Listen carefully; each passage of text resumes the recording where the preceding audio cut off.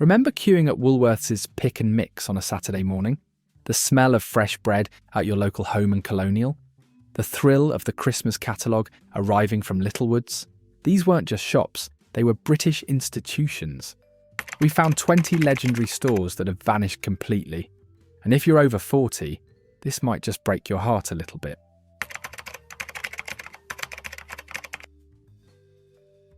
Every British high street had a Woolies, and losing it in 2008 felt like losing a piece of our national soul. You could buy absolutely anything there, from pick and mix sweets to vinyl records, from garden seeds to school uniforms, all under one roof. The pick and mix counter was legendary, where kids would fill paper bags with cola bottles, jelly beans, and flying saucers, weighing them at the till and hoping you hadn't gone over budget. Saturday mornings meant queuing at Woolies with your pocket money, deciding between sweets or a new cassette tape.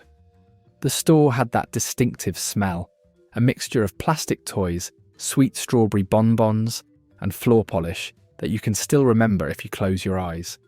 Woolies was where you bought your first records, your Christmas decorations, your budgie seed, and your emergency birthday cards all in one trip. When it collapsed during the financial crisis, taking 807 stores with it, Britain mourned properly.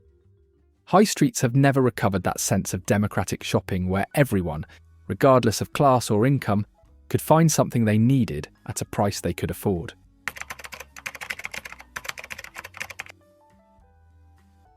BHS was where Middle Britain went to furnish their homes and dress their families for over 80 years before its catastrophic collapse in 2016.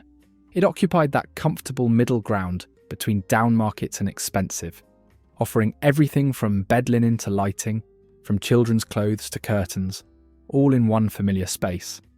The ground floor was always clothing, with sensible dresses, reliable underwear, and school uniforms that could withstand proper wear. Upstairs you'd find homeware, and British families furnished entire houses from BHS, buying matching curtains and bedspreads, dinner services that lasted decades, and those popular frosted glass light fittings that seemed to be in every home. The restaurant was a destination in itself, where pensioners met for morning coffee and shoppers refuelled with a jacket potato and beans before tackling the rest of the high street. BHS was particularly beloved for its lighting department, which was vast and comprehensive, offering everything from basic bulbs to elaborate chandeliers. The brand felt permanent, reliable, utterly British, which made its sudden death even more shocking. When 164 stores closed simultaneously, taking 11,000 jobs with them, communities lost not just a shop, but an anchor that had held high streets together for generations. The empty BHS buildings still haunt town centres across Britain, too large for most retailers to fill, standing as monuments to a retail era that's gone forever.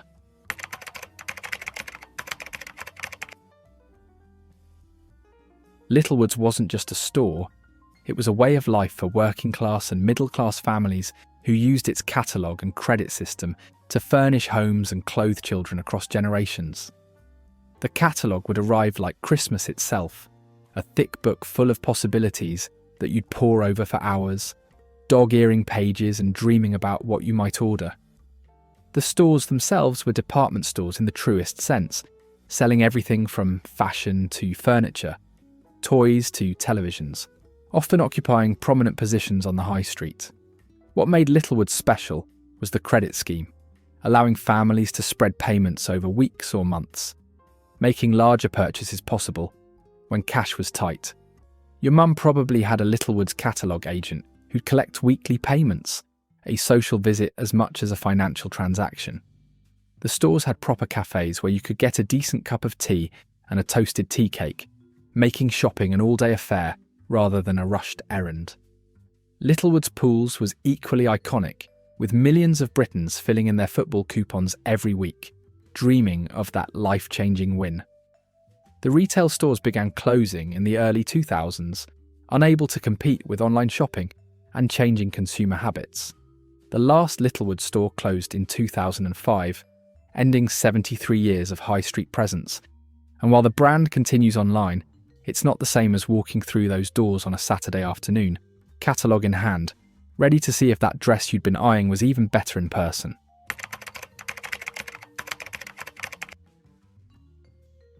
Rumbelows was the place to go for televisions, hi-fis, and electrical goods when buying such items was a major family decision, requiring proper consideration. The stores had that distinctive orange and brown colour scheme that screamed 1970s long into the 80s, and walking in felt like entering a temple of modern technology. Every surface displayed the latest televisions, video recorders, music centres, and washing machines, all gleaming and promising to transform your home life. The staff actually knew what they were talking about, unlike today's teenagers in electrical superstores, and they'd spend time explaining features, comparing models, and helping you make the right choice. Rumbelows offered rental schemes as well as purchase, meaning families who couldn't afford to buy a television outright could still have one at home for a weekly payment. This was crucial in an era when a colour television cost as much as a second-hand car and was expected to last a decade or more. The stores also handled repairs, with proper engineers who could actually fix things rather than just replacing them. Saturday afternoons might be spent at Rumbelows, the whole family gathered around the latest televisions, discussing whether you really needed teletext or if 4 channels was perfectly sufficient. The chain collapsed in 1995, a victim of fierce competition from discount electrical retailers and changing shopping habits. Those distinctive shopfronts disappeared from high streets across Britain, and with them went that sense of electrical goods being serious purchases worthy of time, expertise, and proper consideration.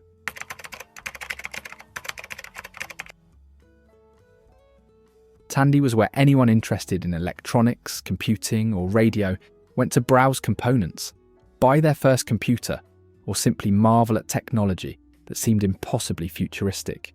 The stores were relatively small, but packed with fascinating items, from transistors and resistors to CB radios and early home computers like the legendary TRS-80. This was where hobbyists bought supplies for electronics projects, where children got their first introduction to computing, and where radio hams found specialist equipment unavailable elsewhere. The staff were proper enthusiasts themselves, often amateur radio operators or computer hobbyists who could actually help with technical problems rather than just processing sales. Tandy sold those satisfying electronics kits where you could build your own radio or burglar alarm, following detailed instructions and learning how circuits actually worked. The smell of solder and new plastic was distinctive, and the stores had an exciting atmosphere of possibility, of technology you could understand and master rather than today's sealed black boxes. In the 80s, Tandy was at the forefront of the home computer revolution, selling machines that introduced thousands of British kids to programming and gaming. The UK stores began closing in the late 90s as technology became more consumer-focused and less hobbyist-friendly, with the last ones gone by 2001. Maplin tried to fill the gap, but also failed recently. Britain lost not just shops, but community hubs where technical knowledge was shared, where curiosity was encouraged, and where you could buy individual components to repair things rather than throwing them away.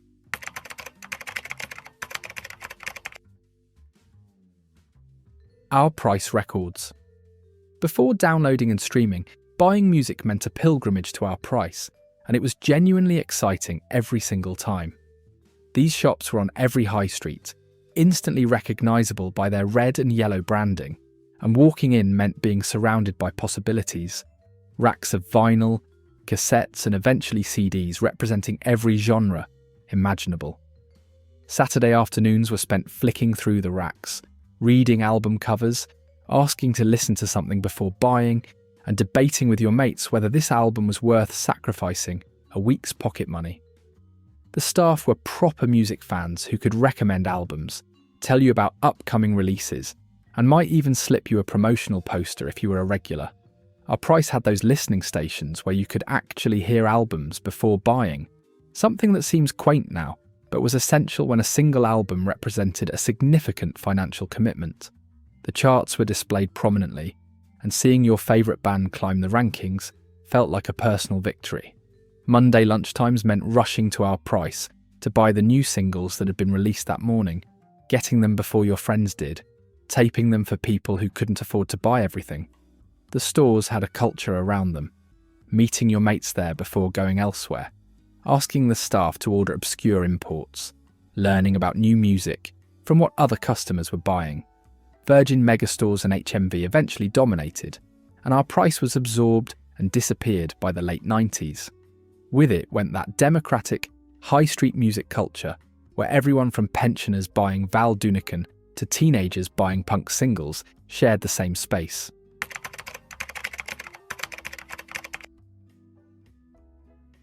For generations of British families, Freeman Hardy Willis was where you went for shoes, proper leather shoes that were expected to last and could be repaired when they wore down. The stores had that distinctive shoe shop smell, leather and polish, and new rubber soles, and they were staffed by people who actually understood shoe fitting as a skilled craft. The proper way to buy shoes at FHW involved sitting down while an assistant measured your feet with that metal device, then brought out boxes for you to try, assessing the fit professionally before you made a decision. Children's shoes were particularly important, and parents trusted FHW to fit their kids properly, understanding that poor fitting shoes could cause problems for life. The Start Right range was legendary, sturdy leather shoes that could survive years of playground football and daily wear.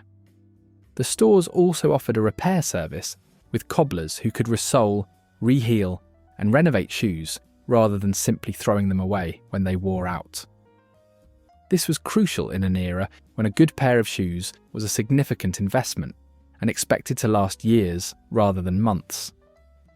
Saturday mornings often meant queuing at FHW for school shoes before term started, every child in the area needing the same black lace-ups or T-bars in regulation styles. The company struggled through the 90s as cheaper imports and fashion-focused chains took over, and the last stores closed in 1999 after 125 years of trading.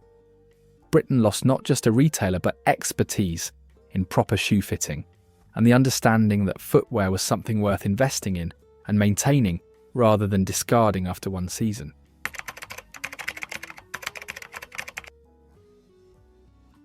Oliver's occupied a particular niche in British retail, somewhere between department store and variety store, offering clothing, homeware and accessories at prices that undercut the posher shops without being cheap and nasty. The stores were significant presences on provincial high streets, and families could kit themselves out entirely from Oliver's without spending a fortune. The atmosphere was functional rather than fancy, with goods displayed on simple fixtures and no pretense of being anything other than value-focused retail. What Oliver's did brilliantly was offer fashion that was current enough to be acceptable without charging premium prices, meaning teenage girls could follow trends without bankrupting their parents. The homeware section was comprehensive, selling everything from saucepans to bedding, and newly married couples often furnished their first homes substantially from Oliver's. The stores had busy cafes that were popular meeting points for shoppers taking a break, serving straightforward food that hit the spot without costing the earth. Oliver's expanded aggressively through the 70s and 80s, becoming a fixture in medium-sized towns across Britain. But the 90s brought fierce competition from supermarkets selling clothing and from discount retailers with even lower prices. The chain went into administration in 1996 and the stores closed rapidly, leaving gaps on high streets that were hard to fill given their substantial size. Oliver's represented accessible fashion and homeware for ordinary families, and its disappearance left a hole in that middle market that has never been adequately filled.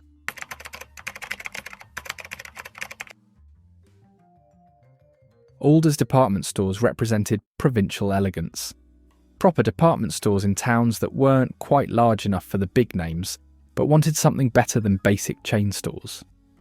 The flagship Croydon store was magnificent, a genuine department store with multiple floors, elaborate window displays, and departments covering everything from fashion to furniture.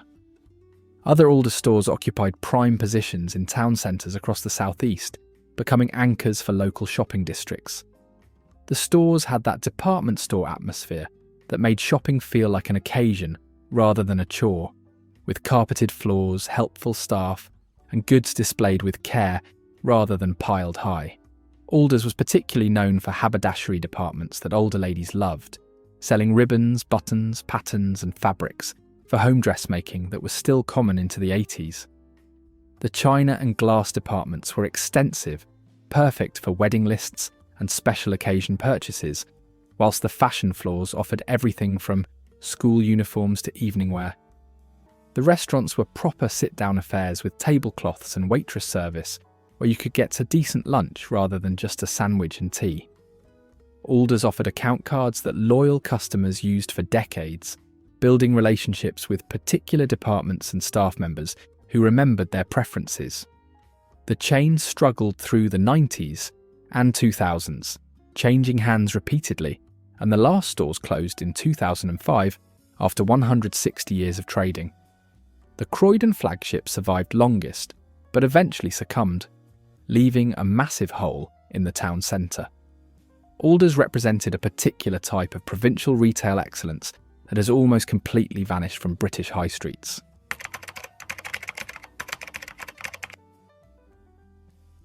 Grattan operated similarly to Littlewoods, with catalogue shopping and credit schemes that made it possible for families to afford items they couldn't pay for in one go, but it had its own loyal following, particularly in northern England.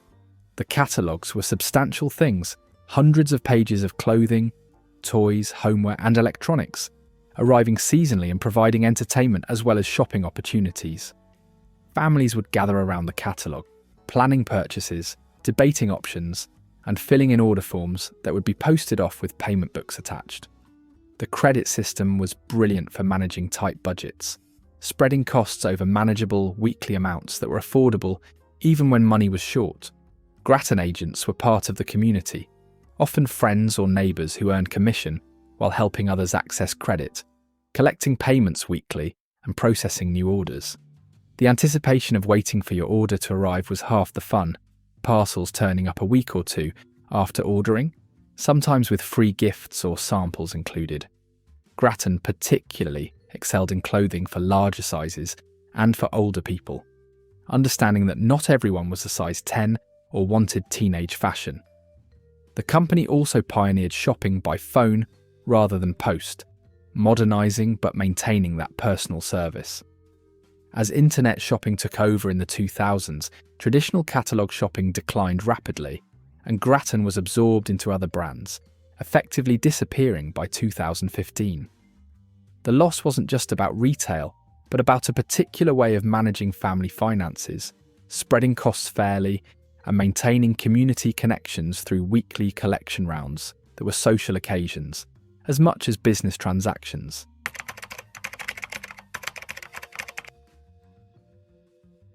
Etam was where young women and teenage girls went for fashion that was current, affordable, and, crucially, available in every town centre across Britain.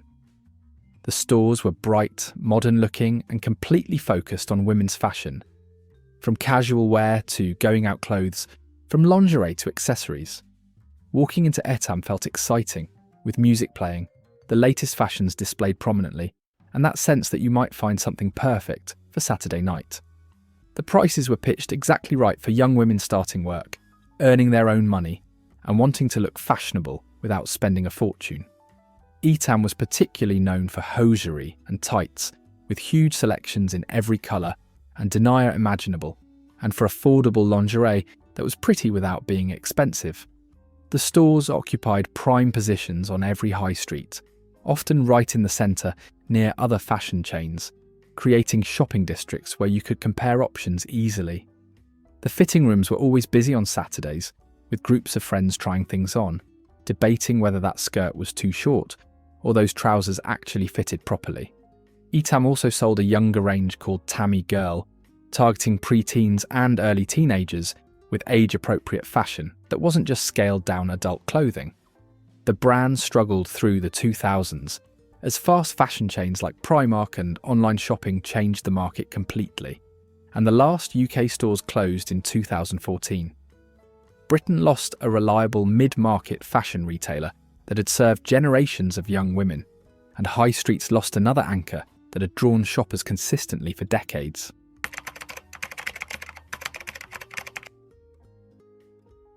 Comet was a serious player in electrical retail for decades, offering everything from televisions and washing machines to computers and cameras in stores that were usually on retail parks rather than high streets. The stores were vast warehouses packed with products, and walking in meant being surrounded by the latest technology, all plugged in and working so you could actually test things before buying. This was crucial when electrical goods were major purchases requiring proper consideration and comparison. Comet's pricing was competitive, often undercutting high street stores, and they ran aggressive advertising campaigns featuring enormous discounts and special offers. The staff varied from genuinely knowledgeable to clearly out of their depth, but you could at least see and touch products rather than just reading specifications online. Comet offered delivery and installation services for large appliances, with engineers who'd plumb in your washing machine or tune your television, rather than just dumping it on your doorstep. The extended warranty sales were legendary, with staff trained to push expensive insurance policies that probably weren't worth the paper they were printed on, but at least they offered peace of mind. Comet also had substantial computing departments, as home computers became mainstream, selling everything from Commodores to early PCs with software and peripherals.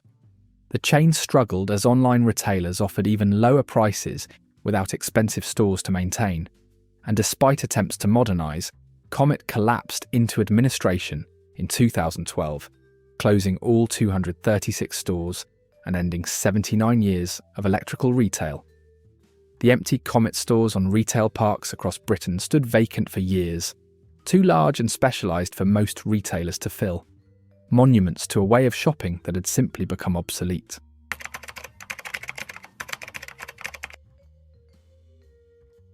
MFI revolutionised furniture retail by offering flatpack self-assembly furniture decades before IKEA arrived, making it possible for ordinary families to furnish homes affordably without relying on expensive traditional furniture shops. The stores were on retail parks, vast sheds filled with kitchen displays, bedroom sets and living room furniture, all priced competitively because you assembled it yourself. This was brilliant for young couples setting up first homes, for families needing to furnish children's bedrooms quickly and cheaply, and for anyone who didn't mind spending a Sunday afternoon with an Allen key and increasingly furious language.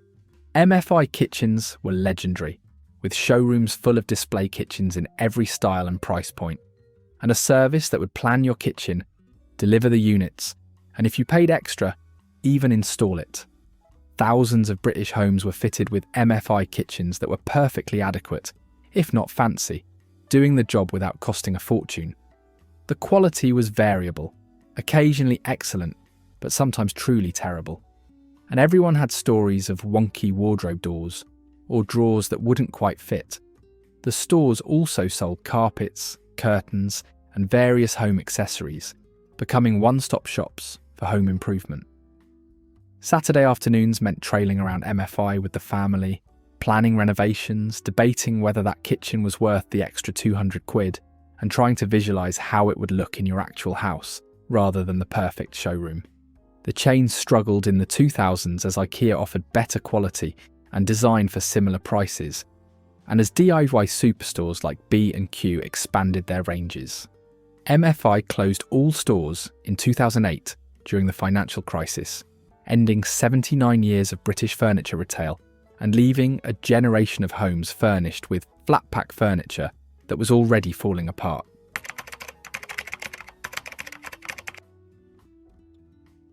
Ratners jewellery shops were everywhere on British high streets, offering affordable jewellery that made it possible for ordinary people to buy engagement rings, necklaces and watches without spending a fortune. The stores were bright and inviting, with security guards on the door and gleaming displays of gold, silver and gemstones that looked expensive even if they weren't. Ratners occupied the crucial affordable jewellery niche, positioned between proper high-end jewellers and market stalls, making fine jewellery accessible to working and middle-class customers. The company also owned H. Samuel, Ernest Jones and other chains, dominating affordable jewellery retail across Britain. Then came Gerald Ratner's infamous 1991 speech, where he admitted his products were total crap, and that some earrings were cheaper than a Marks and Spencer prawn sandwich, but probably wouldn't last as long. The comment destroyed the company almost overnight, wiping £500 million from its value and turning "doing a Ratner" into a byword for catastrophic corporate suicide. Customers who'd happily bought Ratner's jewellery for years suddenly felt stupid, realising the boss himself thought it was rubbish. The stores were rapidly rebranded, with Ratner's name removed entirely and the H. Samuel brand pushed forward instead. Gerald Ratner himself was forced out and spent years rebuilding his reputation and career. The company survived as Signet Jewellers, still operating H. Samuel and Ernest Jones, but the Ratner's name was gone forever, destroyed by a few careless words that revealed what everyone secretly knew but preferred not to think about. It was a particularly British scandal, combining class anxiety, consumer aspiration, and spectacular corporate hubris into one perfect disaster.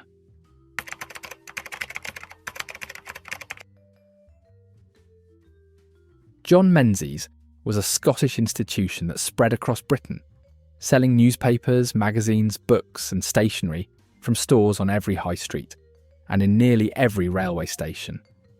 The shops were reliable and ubiquitous, the place you'd grab a newspaper before your commute, buy a magazine for a train journey, or find a birthday card when you'd forgotten until the last minute. Railway station branches were particularly important, supplying reading material for millions of journeys and offering convenience when you needed something quickly before boarding. The stores had that particular smell of fresh newsprint and paper, and the magazine racks were extensive, covering every possible interest from car mechanics to knitting, from computing to gardening. John Menzies also sold stationery, greeting cards and small gifts, making them useful for all sorts of quick shopping needs.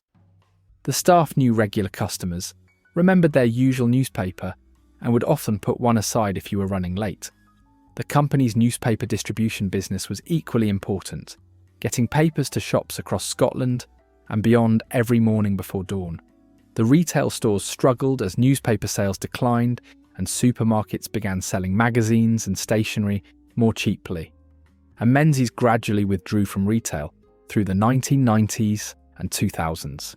W.H. Smith took over many of the railway station branches, while high street stores simply closed. The last Menzies retail stores closed in the late 1990s, ending over 150 years of presence on British streets. It was a particular loss in Scotland, where Menzies had been a fixture for generations and represented a certain dependable, no-nonsense retail approach that felt authentically Scottish.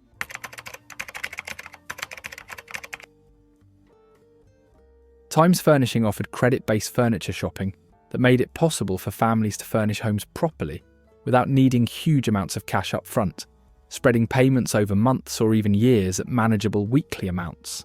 The stores displayed full room sets, bedroom furniture, dining tables, sofas, and everything needed to furnish a house, all available on credit terms that were clear and relatively fair. This was crucial for young couples getting married and setting up home, for families who'd lost possessions through fire or flood, and for anyone who needed furniture but couldn't pay cash. The weekly payment system meant you could afford better quality than buying cheap rubbish for cash, and furniture from Times Furnishing was expected to last for years. The stores employed collectors who'd visit homes weekly to collect payments, often becoming familiar faces who'd chat whilst marking the payment book. This system built trust and community, though it also meant everyone knew if you'd fallen behind on payments. Times Furnishing also offered layaway schemes where you could pay for items gradually before taking possession, saving up for Christmas presents or special purchases without the temptation to spend the money on something else.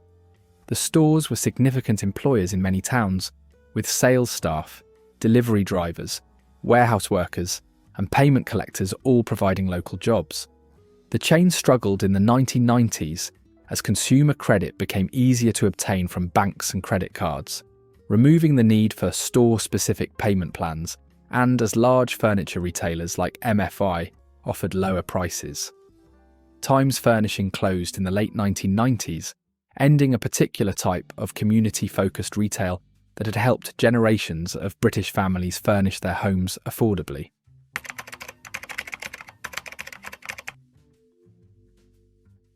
What everyone wants was a discount retailer that offered everything from clothing to homeware at rock-bottom prices, pioneering the pilot high sell it cheap approach decades before Primark perfected it. The stores were no-frills affairs, usually in former cinemas or other large buildings on high streets, with goods displayed in bins and on basic fixtures without any pretense of fancy retail presentation. This was shopping as treasure hunting, rummaging through piles of stock to find your size or the item you needed, but the prices were so low that nobody minded the chaos. What everyone wants particularly excelled in basic clothing, selling jeans, t-shirts, underwear, and socks at prices that made them practically disposable. The quality wasn't spectacular, but it didn't need to be when a pair of jeans cost less than a pint and a curry. The stores also sold toys, homeware, stationery, and various household goods, all at prices that undercut traditional retailers significantly. Saturday afternoons would see families piling in, loading baskets with basics that would have cost double elsewhere, accepting the basic presentation in exchange for serious savings. The company was actually quite innovative, using electronic tills and modern logistics before many competitors, but the presentation was deliberately downmarket to reinforce the value message.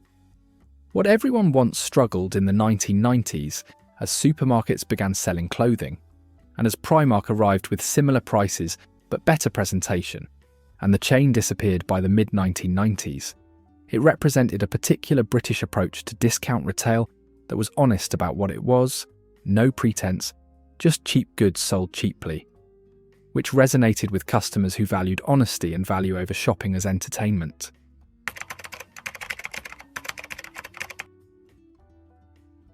Argos still exists, but the original system of catalogue shopping that made it famous has largely vanished, replaced by online ordering and immediate collection. The traditional Argos experience was wonderfully British and slightly absurd, involving huge laminated catalogues the size of telephone directories that you'd browse on uncomfortable benches, finding the item you wanted and noting its catalogue number. You'd fill out a little slip with product codes, queue to pay, then wait while someone fetched your items from a mysterious warehouse behind the counter. The anticipation of waiting for your number to appear on the electronic board was genuinely exciting, wondering if they actually had it in stock or if you'd wasted 20 minutes queuing. The catalogues themselves were objects of fascination, particularly the Christmas editions, which arrived in July and provided entertainment for months as children pored over the toy pages, planning impossible wish lists. The system was brilliantly efficient in its way, allowing Argos to operate from relatively small spaces without displaying stock, keeping costs down and passing savings to customers. The stores smelled of carpet and hope, and the sound of the receipt printer was distinctive, alongside the electronic beeps as numbers appeared on the board. Everyone had stories of Argos adventures, items that came in boxes twice the size needed, the frustration of finding something was out of stock after queuing, the triumph of successful same-day shopping for items other stores would have to order. Modern Argos is largely online, with smaller stores and quick collection, which is more efficient but infinitely less entertaining. The loss of the big catalogues and that peculiar lottery of whether your item would emerge from the mysterious warehouse behind the counter means Argos has lost much of its distinctive character, becoming just another retailer rather than a uniquely British shopping experience.